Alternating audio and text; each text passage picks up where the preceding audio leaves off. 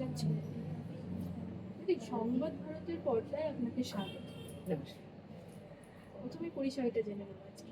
আমি অধ্যাপিকা ডক্টর পুষ্পিতা মুখোপাধ্যায়, প্রাক্তন অধ্যক্ষা এবং বিভাগীয় প্রধান, চারুকলা অনুষদ, রবীন্দ্রভারতী বিশ্ববিদ্যালয়। দিদি, আজকে অমর মুখ্যমন্ত্রী শ্রী শুভেন্দু অধিকারী মহাশয় আমাদের যে সুন্দর সুন্দর মানে প্রকল্প পথ দেখাচ্ছেন এবং স্বপ্ন দেখাচ্ছেন, বা আমরা যেগুলো সামনের দিনে পেতে চলেছি এবং অতি শীঘ্রই তার দ্রুততার সঙ্গে তিনি কাজ করছেন, সেই জন্য তাকে আমার পক্ষ থেকে অসংখ্য ধন্যবাদ জানি। যেটা বলতে গেছিলাম যে রবীন্দ্রনাথের কথায়, দেবের কথায়, যে চলো যাই কাজে মানব সমাজে, চলো বাহিরিয়া জগতেরও মাঝে, থেকো না অলস শয়নে। তো এতদিন ইচ্ছে থাকলেও আমরা সেইভাবে আমাদের এমনভাবেই হাত পা বাঁধা ছিল যে আমরা সুন্দর কাজ সুন্দরভাবে করে ওঠার মতো এগোতে পারিনি। তো কালকেই হঠাৎ আমার চোখে পড়লো এবং কানেও শুনলাম যে আজকে 21শে জুলাই, উনি 20শে জুলাই ঘোষণা করেছেন বিধানসভা থেকে আমাদের মাননীয় মুখ্যমন্ত্রী, যে যে প্রতিশ্রুতি আমাদের প্রাক্তন মুখ্যমন্ত্রী দিয়েছিলেন এই শহীদ পরিবারকে, যে যারা মৃত পরিবার তাদের একটা টাকার অঙ্ক 25 লক্ষ টাকা এবং যারা আহত তাদের জন্য 5 লক্ষ টাকা বরাদ্দ হয়েছিল। কিন্তু সেই জায়গায় আমি কালকে একটি চ্যানেলেও দেখছিলাম, একজন নিহত পরিবারের একটি ছেলে তিনি বললেন যে তারা সেই জায়গায় 5 লক্ষ টাকা পেয়েছে, মানে যিনি নিহত সেই পরিবারে, এবং আহতরা মাত্র 15,000 টাকা। তো প্রশ্ন থেকেই যায় যে এই মাঝখানে এত টাকা কিভাবে তছরূপ হয়েছে বা কোথায় গেছে। কিন্তু মানে বিশেষভাবে প্রশ্নটা এই কারণেই আমার, অন্তত আমার চেতনায় এসেছে, যে এই যে শহীদ দিবস প্রত্যেক বছর পালিত হয়েছে, এই কারণে কিন্তু প্রাক্তন মুখ্যমন্ত্রী কারোর কাছ থেকে কোনো রকম অর্থ সাহায্য নিতে হয়নি। এবং এত এত মানুষ রাজ্য বিভিন্ন জেলা থেকে এসেছেন, তাদের দায় দায়িত্ব, খাওয়া দাওয়া, সমস্ত কিছু পার্টি থেকেই, মানে সরকার থেকেই করা হয়েছিল। সেটা কিভাবে কিভাবে সেটা সম্ভব, আর কিভাবে টাকাগুলো কোথায় গেছে? এইভাবেই উনি বলেছেন তো সবসময় খেলা মেলা, এবং খেলা মেলা, দুর্গোৎসব, দুর্গোৎসব তো আমাদের জাতীয় উৎসব এবং ইউনেস্কো তাকে এত বড় সম্মান দিয়েছে, সেটা তো মানছি। কিন্তু কথা হচ্ছে যে সেটা নিয়ে উনি যে রকম মানে ভাবে পথ চলার দেখিয়েছেন, তাতে আমরা মানে ভীষণভাবে কি বলবো, আমরা বিধ্বস্ত বা আতঙ্কিত এবং শঙ্কিত হয়েছিলাম।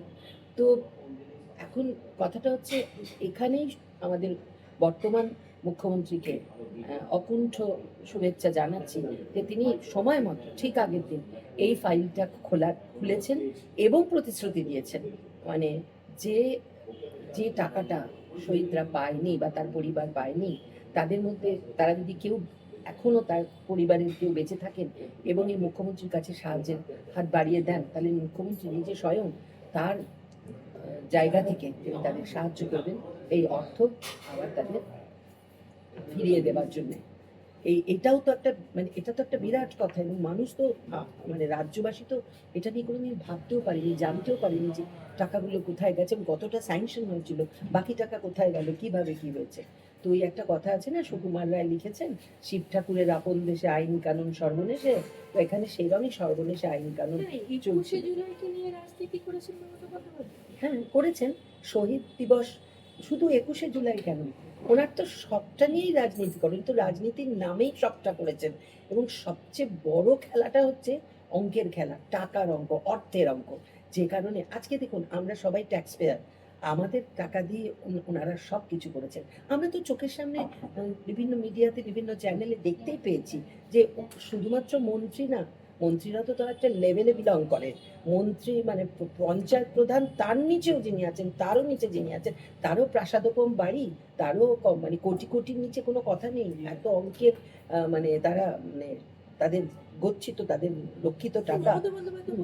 এবং আজকে আরেকটা দেখে ভীষণ অবাক হলাম, উনি মা, মাটি এবং মানুষ তিনটে শব্দেরই ভীষণ অপব্যবহার করেছেন, ভীষণভাবে অপব্যবহার করেছেন। এবং সবচেয়ে দুঃখের এবং বেদনার জায়গা যে আমি নিজে একজন মহিলা, আমরা মহিলা হয়ে একজন মহিলা মুখ্যমন্ত্রীর কাছে কিছু অন্তত একটা আশা করেছিলাম, একটু আশা করেছিলাম, তার প্রতিশ্রুতি, তার কথাবার্তার একটা রেজাল্ট আশা করেছিলাম, কিন্তু সেটা উনি আমাদের ভীষণভাবে, উনি আমাদের কি বলবো, ব্যর্থ হয়েছি আমরা।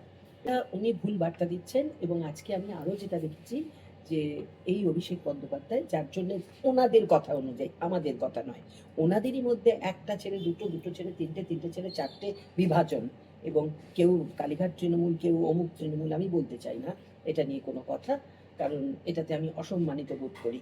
তো যাই হোক, ওনারা অ্যাকচুয়ালি কি হয় জানেন তো, মানুষ নিজে যায় না, মানুষ ঠিক সেই আয়নায় অপরকে দেখতে শেখেন আর কি, সেইভাবেই উনি প্রতিফলন করেন তার, সেইভাবেই উনি ওনার তার কথা বলেন। কিন্তু ঘটনাটা হচ্ছে, চুরি হয়ে যাওয়া একটা ক্যাশ বাক্স কোনো মন্দির থেকে, এটা আমরা আগেও দেখেছি অনেক জায়গায়, এটা একটা দুর্ঘটনা হতেই পারে, কিন্তু আর একদম সচক্ষে দেখা, পর্দায় দেখতে পাচ্ছি বিছানার তলায় কোটি কোটি টাকা, বিভিন্ন মন্ত্রীর কি বলবো, গার্লফ্রেন্ডের কাছে কোটি কোটি টাকা, এবং সেই টাকা গিয়ে ইডি উদ্ধার করছে, সব উদ্ধার করছে। এখনো তো রাম মন্দির নিয়ে এরকম কোনো ঘটনা ঘটেনি, তো সুতরাং ওনার বলা কথার উপর তো আর মানুষ আস্থা এবং বিশ্বাস রাখছেন না। আমাদের দরকার ছিল তো যে এর থেকে বেরিয়ে আসা, আমরা বেরিয়ে আসতে পেরেছি।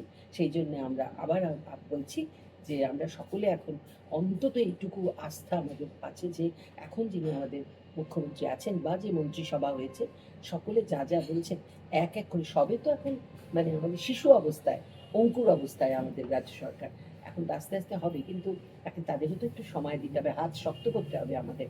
তো তার